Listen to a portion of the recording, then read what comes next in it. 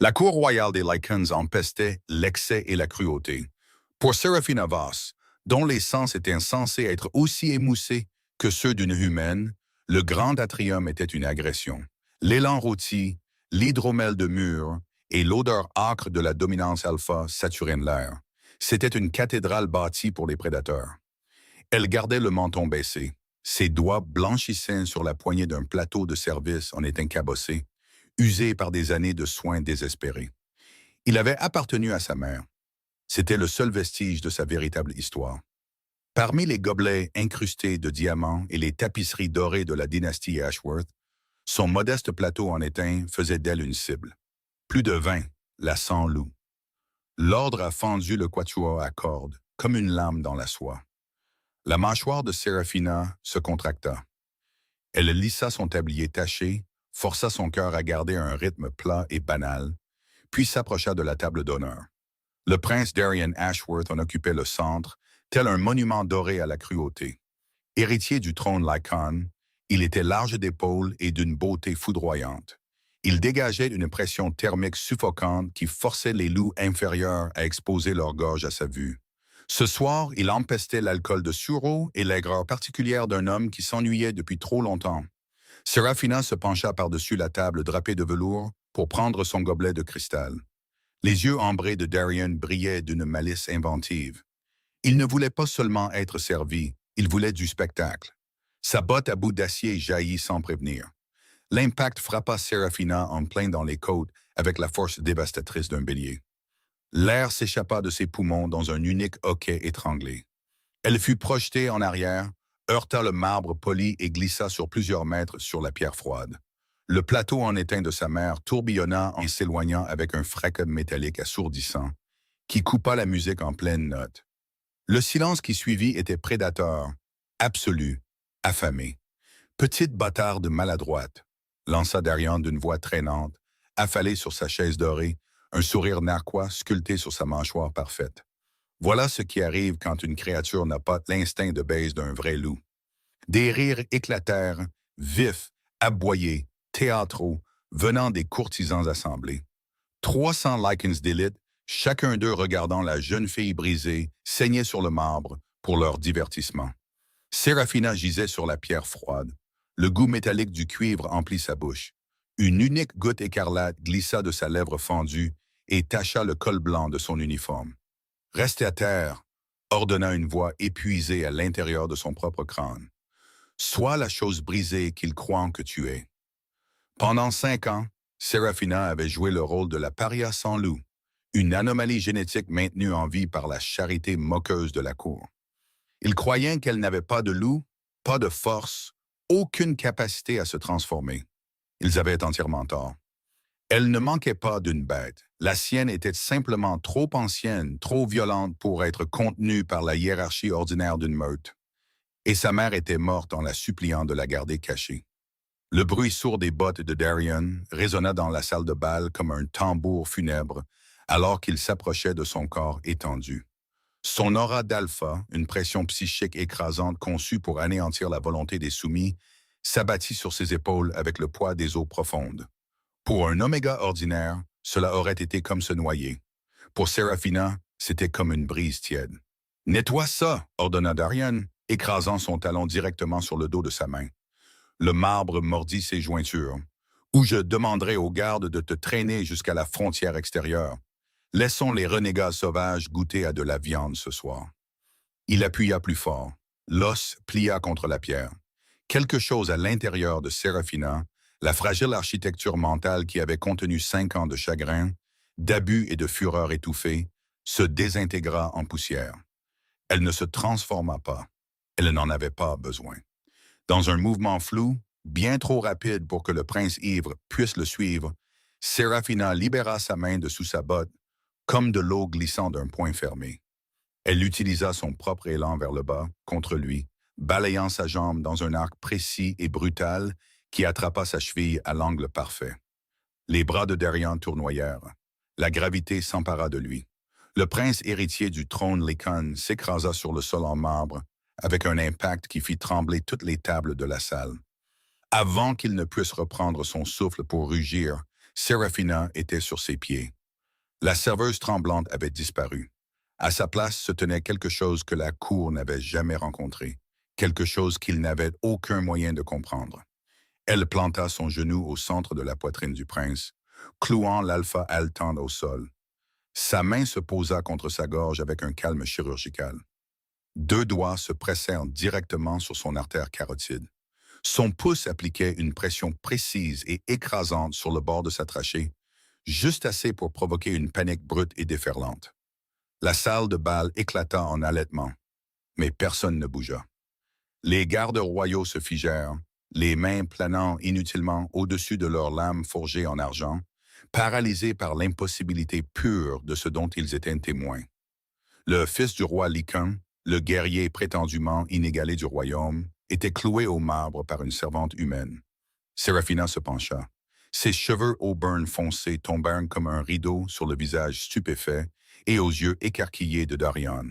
Ses yeux, d'ordinaire d'un noisette plat et banal, flamboyaient d'un feu argenté surnaturel. Un feu qui n'avait rien à faire chez un loup né sous la lune moderne. « Je n'ai peut-être pas de loup à vous montrer, Votre Altesse, » murmura-t-elle. Sa voix était une vibration mortelle qui se propagea parfaitement dans la salle silencieuse. « Mais je vous promets que je sais exactement comment en tuer un. » Le charme se brisa comme du verre. « Saisissez-la !» Le rugissement ne venait pas du prince humilié qui se tenait encore la gorge meurtrie sur le marbre. Il émana du roi Aldric Ashworth lui-même. C'était une onde de choc, un ordre alpha pur et non dilué qui força plusieurs nobles inférieurs à tomber à genoux. Des loups gémirent dans tout l'atrium. Des gobelets se renversèrent. Les lustres se balancèrent. Serafina resta au-dessus de Darian le temps d'un battement de cœur de plus. Sa bête ancienne hurlait de finir le travail, de déchirer les gardes qui convergeaient vers elle, de se frayer un chemin vers la liberté à travers le sang et les os brisés. Elle pouvait le faire, elle le savait. Mais alors, ses yeux illuminés d'argent aperçurent le faible reflet du plateau en éteint de sa mère, abandonné sur le marbre. Au moment où ils verront ce que tu es vraiment, Serafina, tu deviendras leur arme ou leur cadavre. Cache-toi. Les derniers mots de sa mère, le fantôme qui vivait dans ses veines. Elle avait laissé la rage l'emporter sur 5 ans de survie. C'était l'erreur. Serafina étouffa son aura, força ses yeux flamboyants à redevenir d'un noisette passif. Elle leva les mains et tomba à genoux. La garde du roi ne se contenta pas de l'arrêter. Des poings gantés d'armure s'abattirent sur ses épaules. De lourdes menottes en argent brut furent brutalement serrées autour de ses poignets. Pour un métamorphe normal, l'argent brut était du feu liquide. Il brûlait la chair et les muscles comme de l'acide. Pour Serafina, dont la lignée était antérieure aux malédictions modernes de la déesse de la lune, ce n'était qu'une douleur profonde et persistante. Désagréable, mais supportable. Mais elle connaissait la comédie. Elle poussa un cri aigu et convaincant.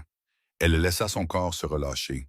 Elle les laissa l'entraîner loin de la lumière, de la musique et du regard meurtrier du prince héritier. La descente dans le donjon d'argent fut une annihilation sensorielle.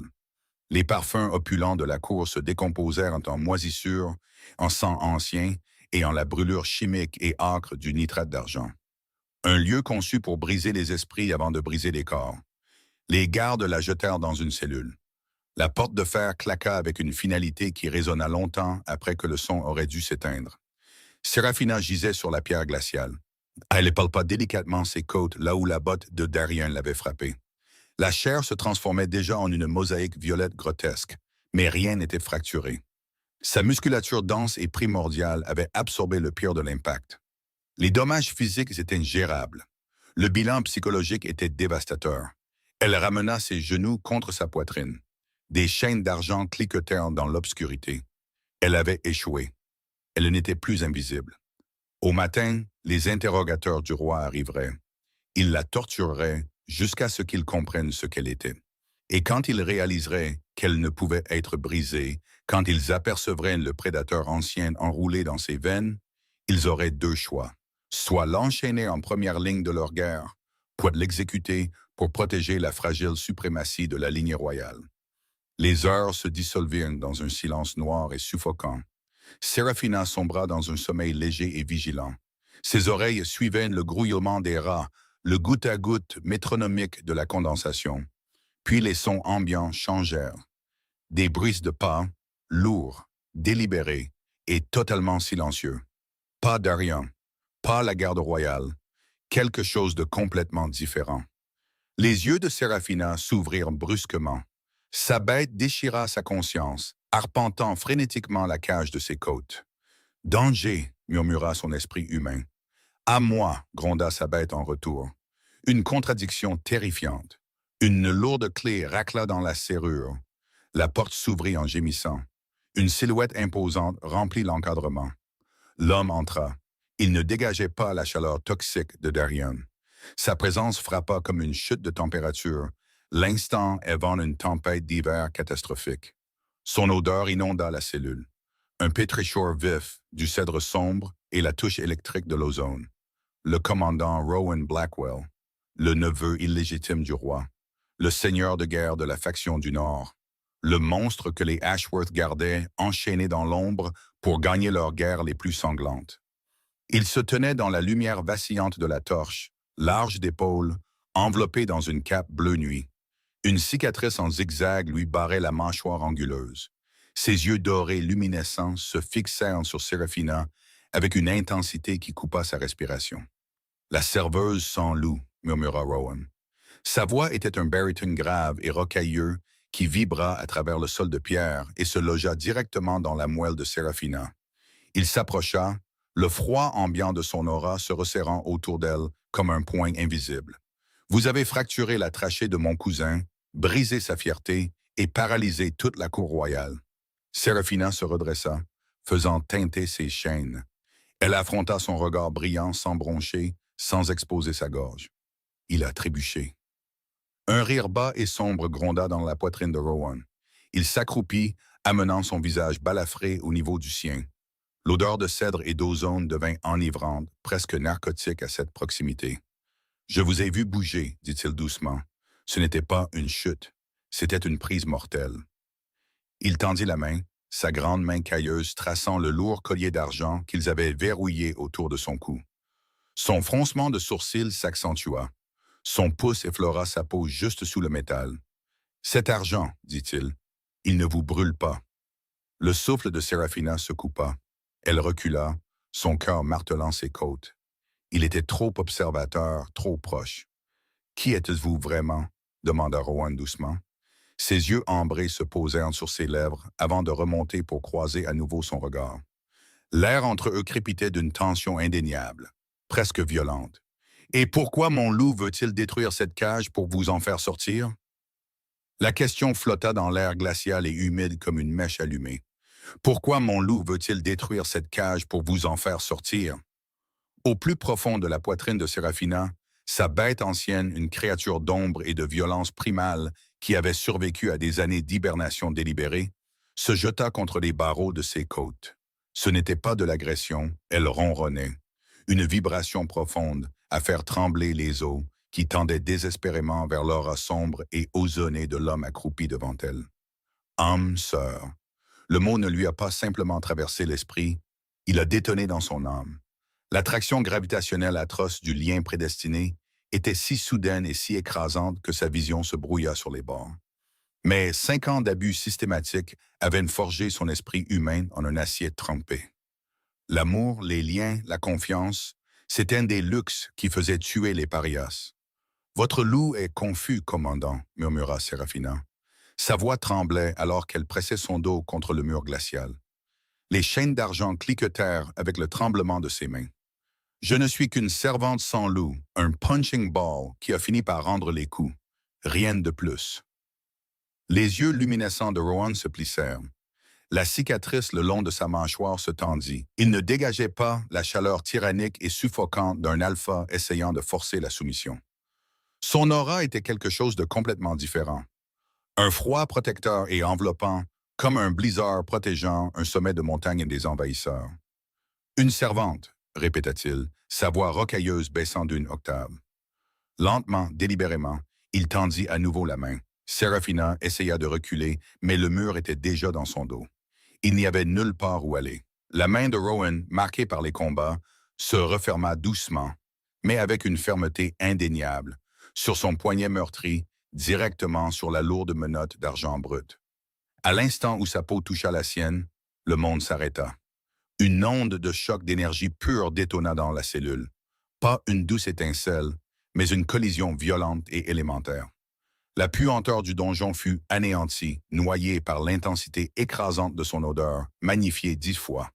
Serafina allaita. Sa colonne vertébrale s'arqua légèrement, alors qu'un flot de chaleur curative déferlait dans son corps meurtri, apaisant la douleur profonde dans ses côtes, là où la botte de Darien l'avait frappé. Rowan retira sa main comme s'il avait saisi un fil électrique. Il recula d'un demi-pas en titubant, la poitrine haletante. Ses pupilles s'étaient dilatées, avalant l'or jusqu'à ce que ses yeux soient presque noirs. « Âme sœur », souffla-t-il. Le mot fut arraché de sa gorge, à part égale de révérence et de terreur. « Non !» s'étrangla Serafina, la panique déferlant dans son système comme une rivière brisant un barrage. Elle se recroquevilla davantage, les genoux ramenés à sa poitrine. « Non, vous appartenez au roi. Vous êtes son seigneur de guerre. Je suis déjà morte. Vous ne pouvez pas être lié à moi. » Rowan la dévisagea. Derrière ses yeux assombris, elle pouvait presque voir les rouages d'un esprit tactique brillant tourner à une vitesse mortelle. Il plongea la main dans les plis profonds de sa cape bleu nuit. Quand sa main en ressortit, il tenait quelque chose de métallique. Le plateau de service de sa mère. L'étain cabossé était maculé d'une seule goutte de sang de Darion, mais la poussière du sol de la salle de bal avait été soigneusement, presque religieusement, essuyée. « Quand vous avez fauché Darion, dit Rowan, sa voix tombant dans un murmure dangereux et conspirateur, j'ai reconnu le jeu de jambes. Ce n'était pas de la chance. C'était la technique du sable mouvant des fosses clandestines. » Il retourna le plateau terni. « Et puis j'ai ramassé ça avant que les hommes du roi ne puissent le mettre sous scellé. » Là, caché sous des décennies de polissage frénétique et de bosses accumulées, se trouvait une gravure faible, presque invisible. Une tête de loup couronnée d'ombres et d'épines. Le cœur de Serafina se serra. « Le blason de la cour d'obsidienne, » dit Rohan, ses yeux dorés se fixant sur les siens avec le poids d'une révélation qui pourrait remodeler le royaume. Ce ne sont pas des mythes, les loups primordiaux qui maniennent la magie au lieu de la force brute. Ceux que les ancêtres du roi Aldric auraient exterminés il y a des siècles parce qu'ils ne pouvaient pas les contrôler, parce qu'ils étaient immunisés contre l'argent. Il regarda ostensiblement les lourdes menottes à ses poignets. Immunisés contre la malédiction de la lune. Ma mère m'a fait jurer de le cacher. Les mots s'échappèrent dans un souffle à peine audible. Une seule larme se libéra et creusa une traînée brûlante sur la joue de Serafina, maculée de saleté. Ils l'ont tuée quand ils ont découvert ce qu'elle était. Si le roi découvre ma lignée, il m'utilisera pour la reproduction, ou il montera ma tête sur une pique pour assurer son trône. Avant que Rohan ne puisse répondre, un nouveau son résonna dans le couloir de pierre en spirale. Le raclement lourd et traînant de bottes de fer accompagné du carillon métallique obscène d'instruments de torture. L'odeur précédait l'homme, du fer rouillé, des lises en décomposition, et quelque chose qui suggérait que de la chair avait récemment été séparée de l'os. L'interrogateur du roi avec des heures d'avance. Il n'aura la chance de faire ni l'un ni l'autre, gronda Rohan. La fureur protectrice de son loup remonta à la surface, rayonnant de lui en vagues d'intentions mortelles et glaciales. Sans hésiter, il sortit la lourde clé de fer qu'il avait prise au garde et l'enfonça dans la serrure de ses menottes d'argent. Le métal tomba avec un claquement sec, s'entrechoquant contre les dalles. Serafina frotta ses poignets meurtris, regardant le seigneur de guerre imposant avec une incrédulité totale. « Pourquoi » exigea-t-elle, la voix tendue de suspicion. « Pourquoi commettriez-vous une haute trahison pour une femme que vous avez rencontrée il y a 5 minutes ?» Rohan détacha sa lourde cape doublée de fourrure et l'enroula autour de ses épaules tremblantes. L'énorme vêtement l'avala entièrement, l'enveloppant de son odeur, masquant efficacement son identité à tout loup qu'il pourrait rencontrer. « Parce que mon cousin est un tyran qui méritait qu'on lui écrase la trachée, » dit Rohan doucement, se penchant pour la remettre fermement sur ses pieds. Son pouce traça brièvement, avec révérence, la trace de larmes sur sa joue. « Et parce que l'héritière d'obsidienne appartient aux ombres, et que je suis le seigneur de guerre des ténèbres. » Ses yeux dorés brûlèrent dans les siens. « Vous êtes à moi, Serafina, et je dois vous protéger. Maintenant, gardez la tête baissée. Nous sortons d'ici. La cape l'avala complètement. Elle empestait Rowan Blackwell, une tempête profonde et enivrante de cèdres sombres et d'ozone vif qui luttait activement contre l'atmosphère fétide du donjon. Sous le tissu épais, la piqûre persistante là où l'argent avait touché sa peau s'estompait déjà, engourdie par la proximité terrifiante de son âme sœur prédestinée. « Nous sortons d'ici », avait-il dit. Mais le donjon d'argent n'était pas conçu pour libérer ses proies. Ils se déplaçaient comme des fantômes à travers les couloirs souterrains en spirale. Rowan menait, sa large main fermement agrippée au poignet de Seraphina. Son contact était une encre dans l'ouragan désorientant de ses instincts nouvellement éveillés. Chaque fois que son loup ancien éclatait d'une agression paniquée à l'odeur de sang séché sur les murs, le rythme régulier du pouce de Rowan contre son pouls lui ordonnait de se calmer. « Restez juste derrière moi », murmura-t-il, sa voix à peine une perturbation dans l'air humide. La rotonde supérieure est gardée par les lumières du roi. Ils n'obéissent qu'à Aldrich. Seraphina hocha la tête dans le noir absolu. Son ouïe incroyablement fine s'étendit comme un sonore.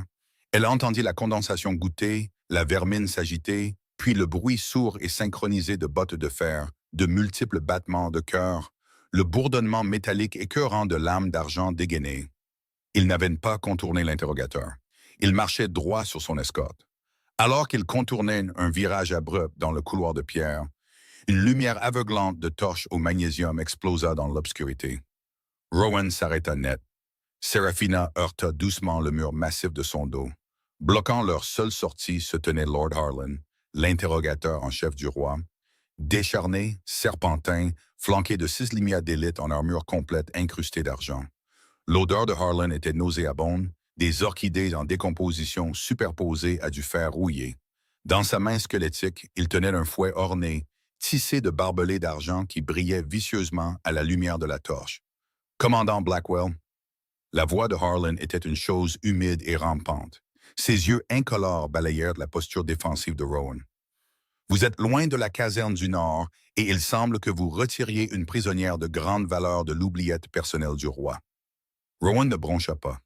Son aura protectrice, qui avait été un froid protecteur enroulé autour de Seraphina, devint soudain une arme. La température dans le couloir chuta. Du givre commença à ramper visiblement sur les murs de pierre humides, s'étendant en toile d'araignée à partir des bottes de Rowan. « La fille est maintenant sous la juridiction du Nord, Harlan », ordonna Rowan, sa voix un rugissement subharmonique qui fit vaciller les torches. « Écartez-vous. C'est un ordre direct de votre seigneur de guerre. » Harlan sourit, un étirement cadavérique de lèvres minces sur des dents jaunies. « Mon seigneur de guerre commande les frontières. Mon roi commande le donjon. » Ses yeux pâles brillèrent. Aldrich a donné des ordres stricts. L'anomalie doit être brisée ce soir. Remettez la vermine sans loup, Blackwell, avant que je ne sois forcé d'accuser la plus grande arme de la couronne de haute trahison. « Elle n'est pas de la vermine, » gronda Rowan, ses yeux dorés virant au noir absolu. « Et vous ne la toucherez pas. »« Alors vous brûlerez avec elle, » cracha Harlan. Les limiers bondirent. Le couloir étroit explosa en chaos. Rowan se déplaça avec une violence explosive et dévastatrice qui défiait sa carrure massive. Il ne se transforma pas. L'espace était trop confiné, mais la force de son seigneur de guerre était terrifiante. Il attrapa le premier limier par la gorge, souleva l'homme en armure de ses pieds et le projeta contre le mur de pierre avec un craquement qui fit pleuvoir de la poussière du plafond. Un deuxième limier brandit une lame d'argent. Rowan brisa l'arme d'un seul coup de poing ganté, puis enfonça son poing dans le plexus solaire de l'homme assez fort pour l'envoyer en l'air. Seraphina se plaqua contre le mur, le cœur battant à tout rompre. Rowan était magnifique, un flou d'efficacité brutale et calculé. Il avait déjà abattu 4 des 6, mais Harlan ne se battait pas comme un guerrier. Il se battait comme un tortionnaire. Alors que Rowan jetait le 5e garde de côté, le fouet à barbelés d'argent de Harlan claqua comme un coup de feu. L'arme jaillit avec une vitesse serpentine, s'enroulant fermement autour de l'avant-bras gauche de Rowan. Le seigneur de guerre rugit, un son guttural était angoissé, alors que l'argent enchanté mordait profondément dans sa chair, grésillant et brûlant à travers le muscle. Harlan tira vicieusement, déséquilibrant Rowan. Les lumières restant essaimèrent, enfonçant des poignards incrustés d'argent vers les veines. les interstices de son armure. Non, le mot ne se forma pas comme une pensée. Il éclata comme un changement tectonique dans l'âme de Seraphina. La façade humaine désespérée et craintive qu'elle avait maintenue pendant 5 ans ne se fissura pas. Elle se vaporisa. Voir son âme sœur saigner ne brisa pas seulement sa retenue. Cela anéantit chaque mur qu'elle avait jamais construit. Seraphina laissa tomber la cape de Rowan. Les ombres ambiantes dans le couloir ne se contentèrent pas de la dissimuler. Elles se détachèrent entièrement des murs, tourbillonnant autour de ses chevilles comme une fumée douée de conscience. Ses yeux, qui n'étaient plus noisettes, s'enflammèrent en un 2 pointes de lumière argentée aveuglante. Elle se déplaça plus vite que l'œil ne pouvait suivre. Elle ne possédait pas la masse écrasante d'un alpha. Elle possédait la précision chirurgicale et mortelle des fosses de combat, amplifiée par la magie primordiale de la lignée d'obsidienne. Seraphina se matérialisa derrière le limier qui immobilisait le bras armé de Rowan. Elle saisit le casque du garde, fit pivoter ses hanches et le tordit. L'homme tomba. Avant que son corps ne touche la pierre, elle pivota, enfonçant son genou dans le visage du garde suivant avec une force cinétique suffisante pour lui briser la mâchoire. Les yeux de Harlan s'écarquillèrent de terreur. La servante sans loup démantelait la garde d'élite du roi à main nue. Il leva son fouet pour frapper. Seraphina était déjà là. Elle n'esquiva pas le fouet à barbelé d'argent. Elle l'attrapa. Harlan halta alors que ses doigts nus se refermèrent sur les barbelés enchantés. Le métal siffla contre sa peau, mais il ne brûla pas. La magie ancienne qui coulait dans son sang lutta contre la malédiction lunaire jusqu'à l'impasse. Elle regarda directement dans les yeux horrifiés de Harlan, ses iris argentés brillants comme des lunes jumelles, et tira. Harlan fut projeté de ses pieds, se précipitant directement dans le poing de Rowan qui l'attendait. L'interrogateur s'effondra, inconscient avant de toucher le sol. Le silence s'abattit à nouveau sur le couloir, rompu seulement par la respiration haletante des 2 survivants debout au milieu d'un champ de corps brisés et gémissants. Seraphina se tenait dans le carnage, les mains couvertes de sang. Les ombres fouettaient encore sa peau comme des serpents agités. Rowan s'était relevé du sol, serrant son bras empoisonné par l'argent. Il la regarda, non pas avec peur, mais avec une admiration dévorante, presque révérencieuse. La trahison donc, souffla Rowan, un sourire sombre et haletant tirant le coin de sa bouche balafrée. Il tendit sa main valide, ses yeux ambrés brûlant dans les siens. « Venez, ma reine d'obsidienne, nous avons un royaume à démolir. » L'adrénaline qui avait alimenté la violence explosive de Seraphina commença à se transformer en une réalité froide et cristalline. Ils avaient assommé l'interrogateur en chef du roi et détruit sa garde d'élite. La trahison n'était plus une menace imminente, c'était une tache de sang permanente sur leurs 2 mains. « Continuez à avancer, » gronda Rowan, sa carrure massive s'appuyant contre le mur souterrain humide. Seraphina se précipita à ses côtés. Le bras gauche du seigneur de guerre pendait, mou et inutile. Le fouet à barbelé d'argent de Harlan n'avait pas seulement coupé la chair. Il avait introduit de l'argent enchanté directement dans sa circulation sanguine. La blessure était une masse horrible et bouillonnante de veines noircies.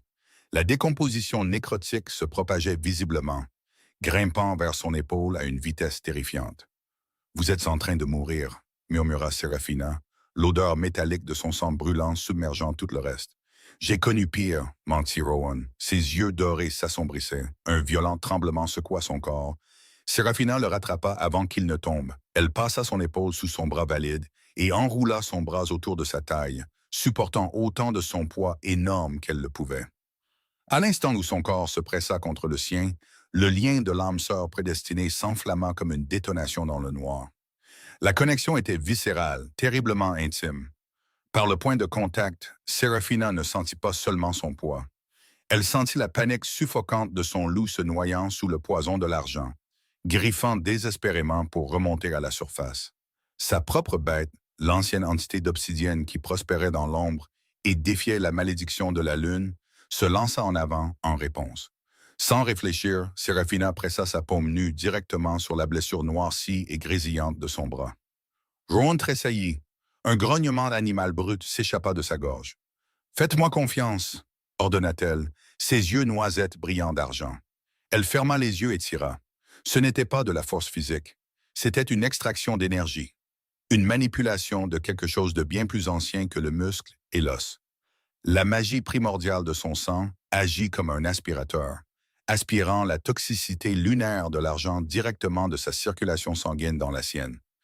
Parce que sa lignée était antérieure à la malédiction de la lune, le poison ne pouvait pas la tuer. Il pouvait, cependant, lui donner l'impression d'avaler du verre en fusion. Serafina allaita.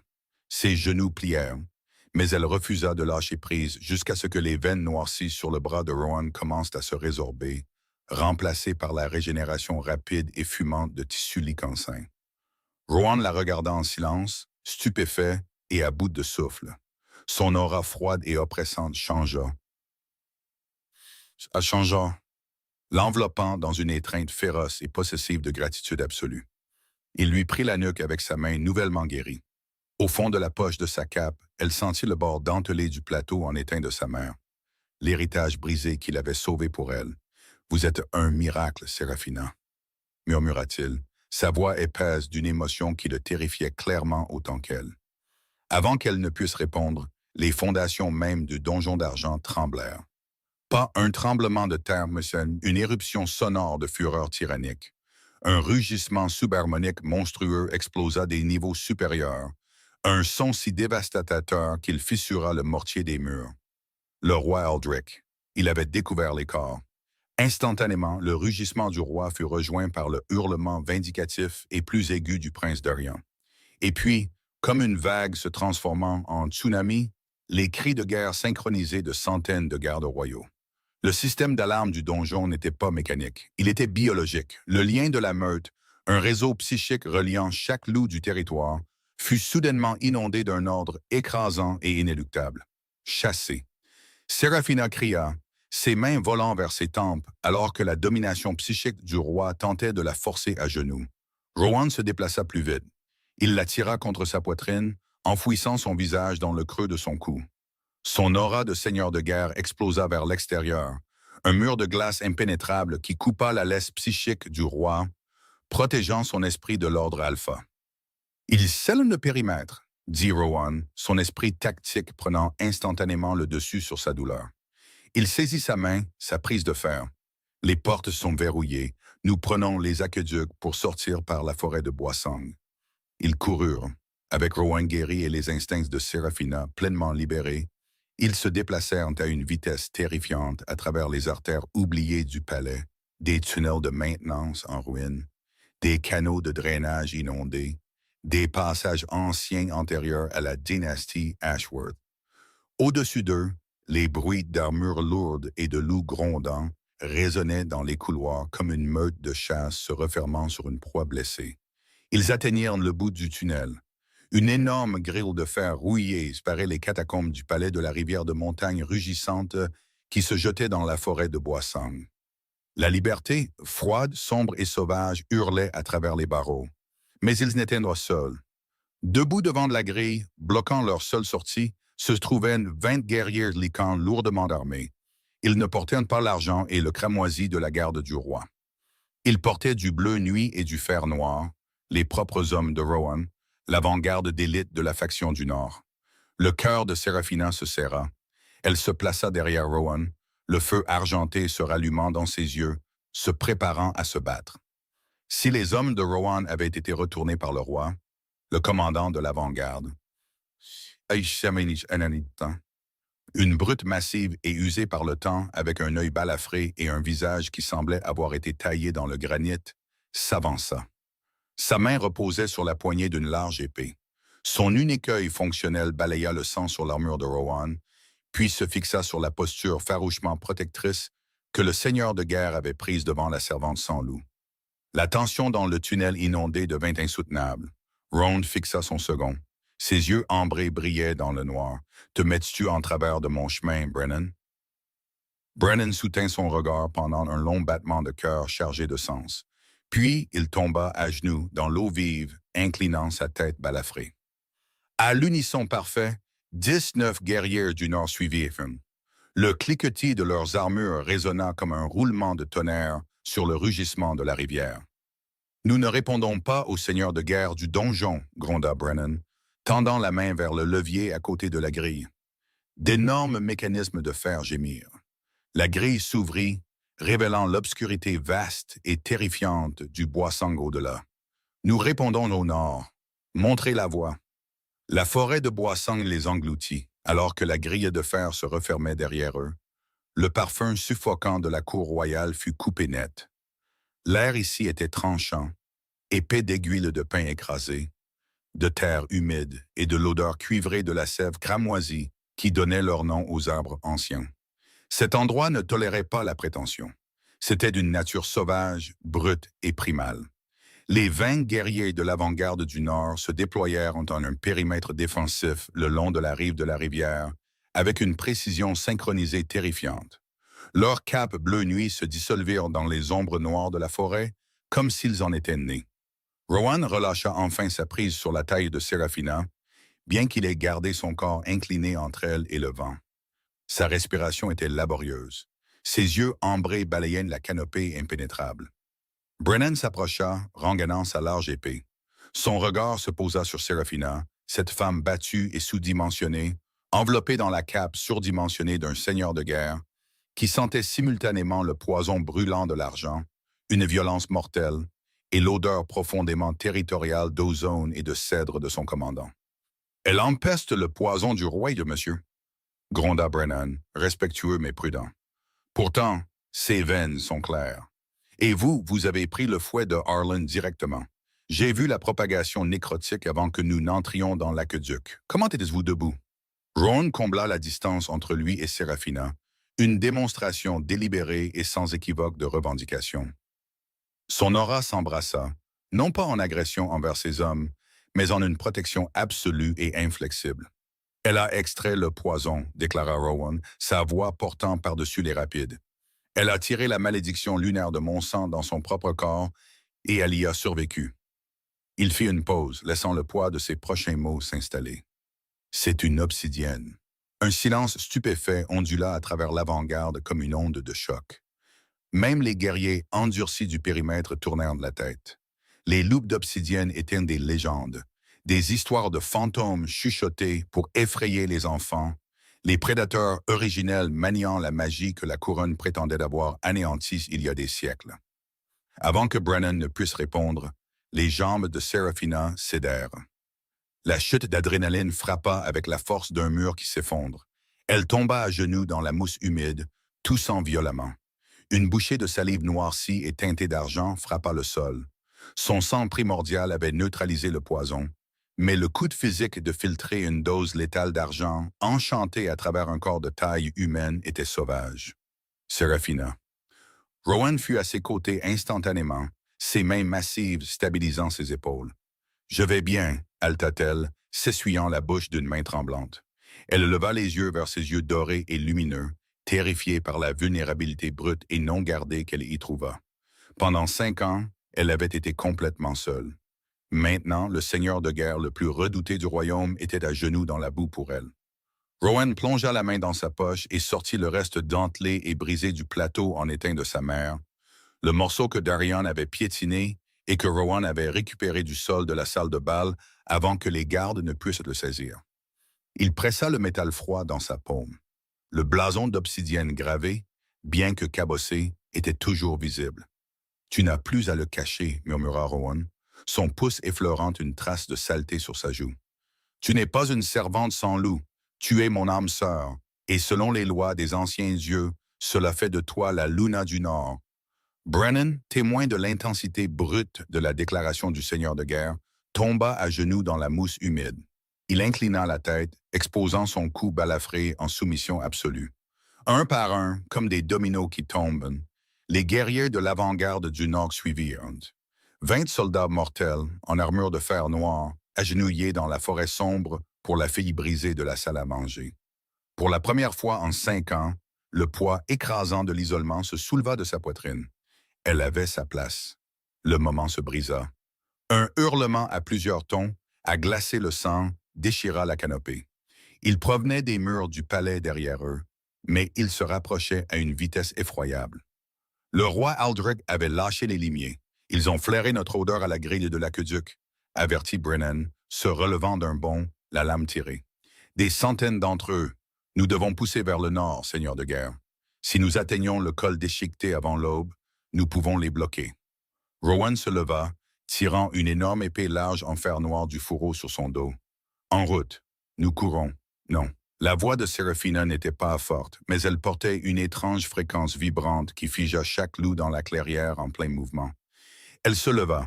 La fille tremblante et épuisée avait disparu. Alors qu'elle sortait de l'ombre de Rowan, l'obscurité ambiante de la forêt sembla l'atteindre, s'enroulant avec empressement autour de ses chevilles, se faufilant dans ses cheveux auburn.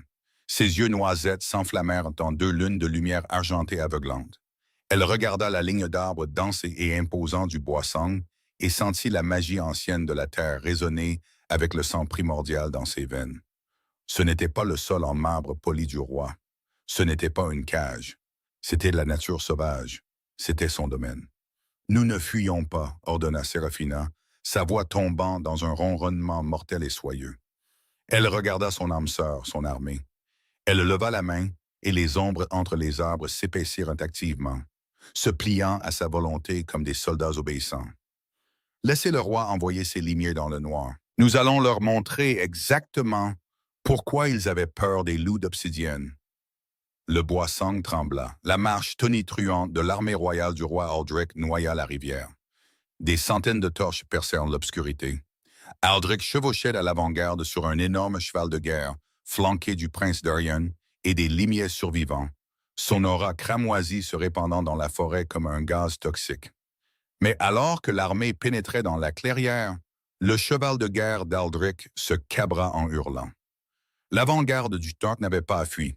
Il se tenait en une formation en croissant parfaite et inflexible le long de l'eau, de lourdes épées larges tirées, des capes bleu nuit ondulant dans le vent chargé de tempête. En leur centre se tenait le commandant Rowan Blackwell, sa carrure massive rayonnant d'une fureur glaciale et protectrice qui entra violemment en collision avec la chaleur oppressive du roi, créant une pression atmosphérique volatile qui fit vaciller les torches et gémir les arbres. Blackwell! La voix du roi Aldric retentit, une onde de choc d'un véritable ordre alpha qui fit tomber les aiguilles de pin de la canopée et fit tomber plusieurs nobles inférieurs à genoux. Tu as condamné toute ta faction pour une bâtarde défectueuse. Rende la fille. Je ne prendrai que ta tête. Résiste, et je massacrerai chaque loup du Nord. Le prince Darion ricana depuis sa selle, une lourde arbalète incrustée d'argent appuyée contre son épaule. La contusion sur sa gorge était un témoignage violet et furieux de son humiliation. « C'est une monstre, cousin !» cria Darion, sa voix dégoulinant de venin. « Regarde là, un rat sans loup noyé dans la cape d'un seigneur de guerre. Elle ne vaut pas la peine de mourir. » Séraphina ne se recroquevilla pas. La servante tremblante qui avait poli leur sol et absorbé leur cruauté était morte. Elle s'avança, passant délibérément devant le bras protecteur tendu de Rowan. Dans sa main droite, elle serrait l'éclat dentelé et brisé du plateau en étain de sa mère. Les bords tranchants mordaient sa paume. Une seule goutte de sang perla contre le métal.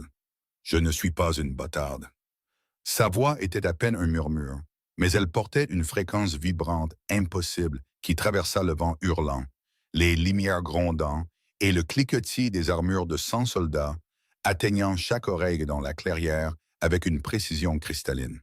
« Et je ne suis pas sans loup. » Elle ouvrit la main. La goutte de sang toucha le blason d'obsidienne cabossé.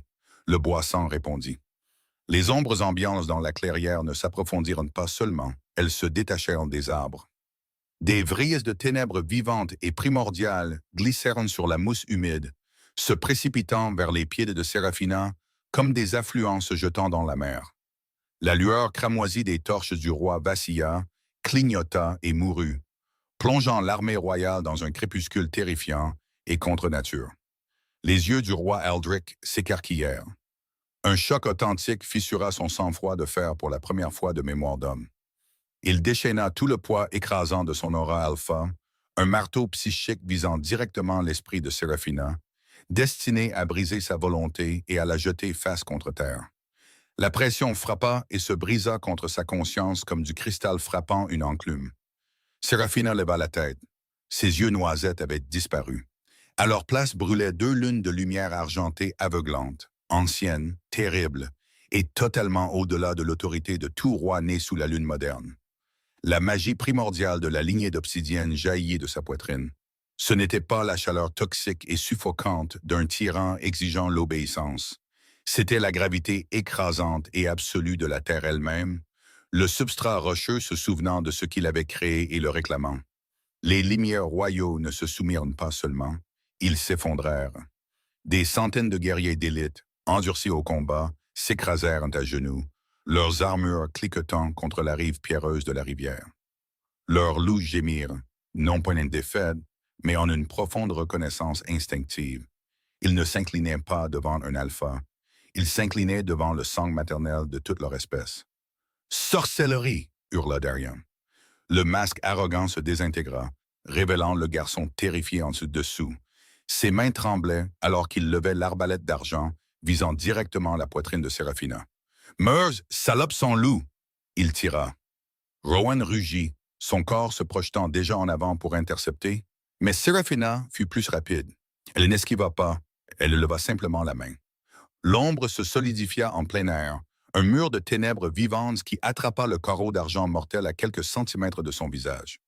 Le métal enchanté siffla, grésilla violemment et se dissolut en une cendre grise inoffensive qui dériva dans la rivière tumultueuse. Séraphina croisa le regard du prince héritier. Le souvenir sensoriel l'inonda. Sa botte dans ses côtes, le rire de la cour, le marbre froid contre sa joue, les années de dégradation systématique et l'absence permanente et angoissante de sa mère. Mais le cycle toxique s'arrêtait ici. Elle ne deviendrait pas le monstre qu'ils avaient essayé de créer. « Vous êtes fier de votre loup, Darion, » dit Séraphina. Sa voix soyeuse ne se propagea pas seulement, elle émana des arbres eux-mêmes, des ombres, de la terre même sous ses genoux. Vous l'utilisez pour brutaliser les sans-défense, pour déguiser votre propre lâcheté profonde en force. Elle fit une pause. La forêt retint son souffle. Par conséquent, dit-elle doucement, vous ne le méritez plus. Elle claqua des doigts, une onde de choc localisée d'énergie lunaire pure, argentée, ancienne et dévastatrice, jaillit de la main tendue de Séraphina et frappa Darion en plein centre. Le prince fut projeté de son cheval. Il heurta le sol en hurlant, ses mains griffant frénétiquement sa propre poitrine. Le lien psychique reliant sa conscience humaine à sa bête intérieure était en train d'être chirurgicalement, irrévocablement sectionné, non pas coupé mais cautérisé, scellé avec la magie d'obsidienne pour qu'il ne puisse jamais être restauré. En quelques secondes, ce fut fait.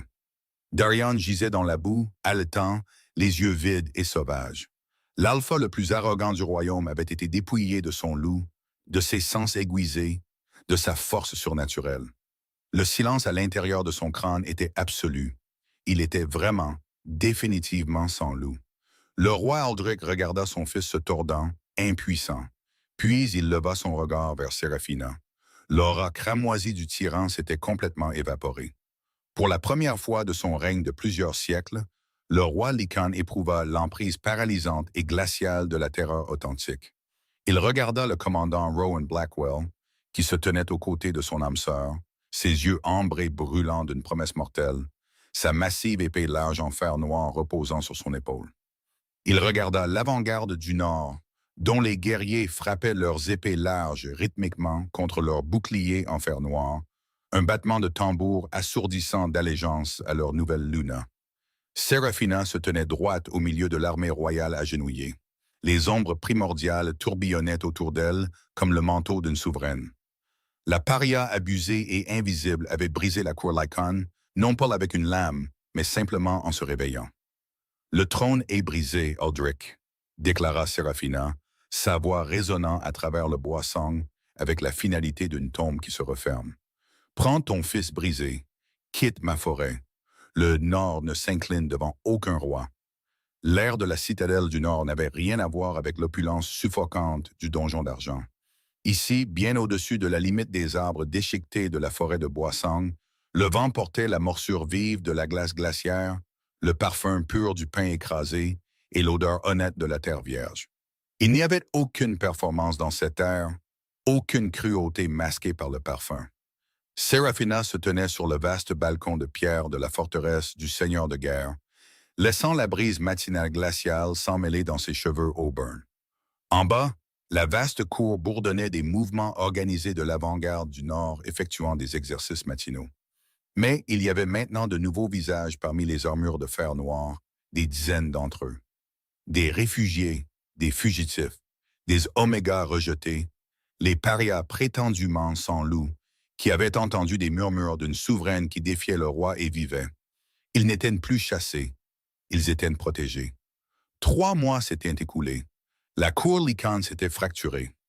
Le roi Aldric s'était retiré derrière les murs de sa capitale et le prince Darion, définitivement sans loup, était confiné dans ses appartements, se noyant dans le silence. Seraphina ferma les yeux et prit d'une profonde inspiration instable. Les ecchymoses physiques de la botte de Darion s'étaient depuis longtemps estompées, effacées par la guérison accélérée de son sang d'obsidienne réveillée.